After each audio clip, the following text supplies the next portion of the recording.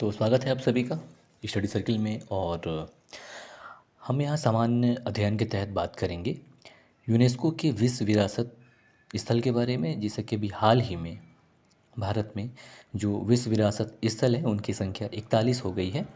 और ये जो 41वां जिसे ये दर्जा प्राप्त हुआ 17 सितंबर 2023 को शांति निकेतन को ये दर्जा प्रदान किया गया, जो कि पश्चिम बंगाल में रविन्द्रनाथ टैगोर द्वारा स्थापित एक प्रसिद्ध विश्वविद्यालय शहर है, जिसे यूनेस्को की विश्व विरासत सूची में शामिल किया गया है।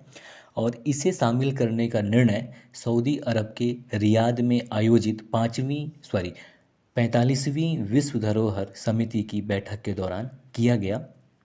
और ये जो शांति निकेतन है ये पश्चिम बंगाल के बीरभूम ज़िले में स्थित है।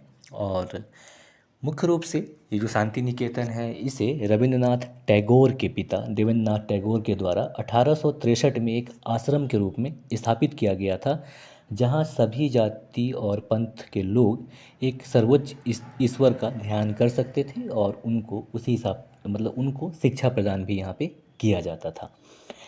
इसके अलावा ये जो शांति निकेतन है इसका अपना एक ऐतिहासिक और स्थापत्य महत्व है, जिसमें कि शांति निकेतन गृह और सना हुआ ग्लास वाला मंदिर जैसी संरचनाएं इसमें शामिल हैं, जो कि शांति निकेतन की स्थापना और सार्वभौमिक आध्यात्मिक मूल्यों के प्रचार से जुड़े हुए हैं। और शांति निकेतन में विश्व भारती विश्वविद्यालय के अंदर स्थापित है और उसकी स्थापना रविन्द्रनाथ टैगोर के द्वारा की गई थी। और यहाँ कई प्रकार के डिग्री पाठ्यक्रम भी प्रदान कराए जाते हैं।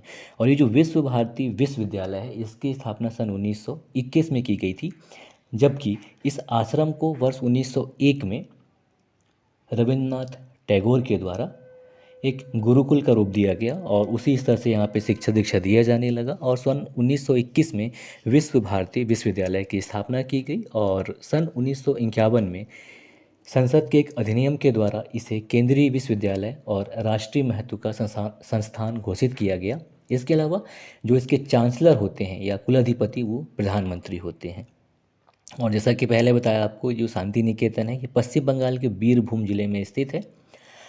और अतिरिक्त जानकारी की अगर हम बात करें तो पश्चिम बंगाल भारत का ऐसा राज्य अब हो गया है जहां यूनेस्को के विश्व धरोहर स्थलों की संख्या 3 हो गई है। इससे पहले दार्जिलिंग माउंटेन रेलवे और सुंदरवन को भी यूनेस्को की विश्व धरोहर सूची में शामिल किया जा चुका है।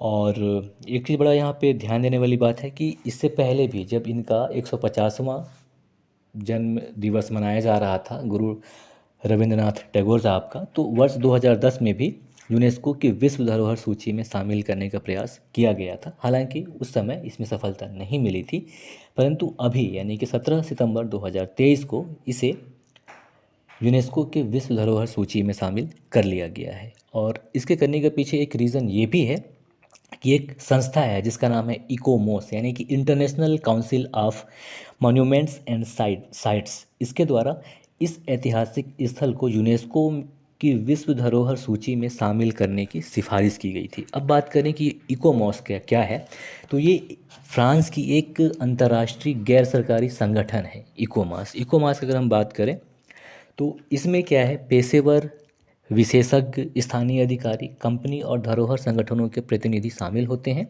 और ये दुनिया के जितने भी वास्तुशिल्प और धरोहर स्थल हैं उनके संरक्षण और संवर्धन के लिए समर्पित है। तो इनके द्वारा जो डोजियर प्रदान किया गया उसके आधार पर ये जो यूनेस्को की विश्व धरोहर की सूची में शांति निकेतन को शामिल किया गया।